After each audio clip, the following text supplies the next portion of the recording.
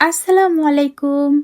আজকে আমি আপনাদের জন্য বানাতে যাচ্ছি একদম গ্রামের স্বাদের টাকি মাছের ভর্তা।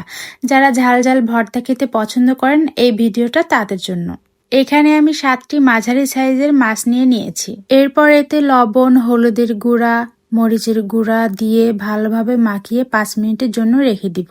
এবার একটি প্যানে ভালোভাবে তেল গরম করে মাছগুলো দিয়ে দিব। মাছগুলো যখন হালকা ব্রাউন কালার হয়ে আসবে তখন একটি স্প্যাচুলার সাহায্যে আস্তে করে উল্টিয়ে দিব।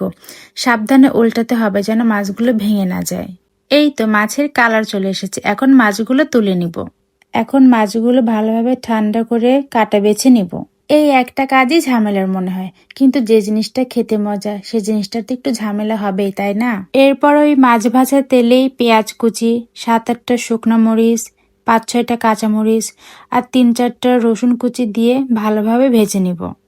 যখন এরকম লাল লাল কালার হয়ে আসবে তখন তুলে নিব। এরপর পেঁয়াজ কুচি আর ভেজে রাখা পেঁয়াজ মরিচ কুচিগুলো দিয়ে একসাথে ভালোভাবে চটকিয়ে নিব। এরপর বেছে রাখা মাছগুলো দিয়ে আবার ভালোভাবে মাখিয়ে নিব।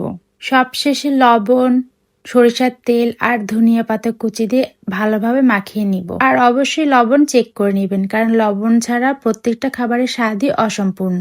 ভাত আর টাকি মাছের ভর্তা, এই স্বাদ আর কিছুতেই মেলে না। এই ছিল আজকের টাকি মাছের ভর্তার রেসিপি।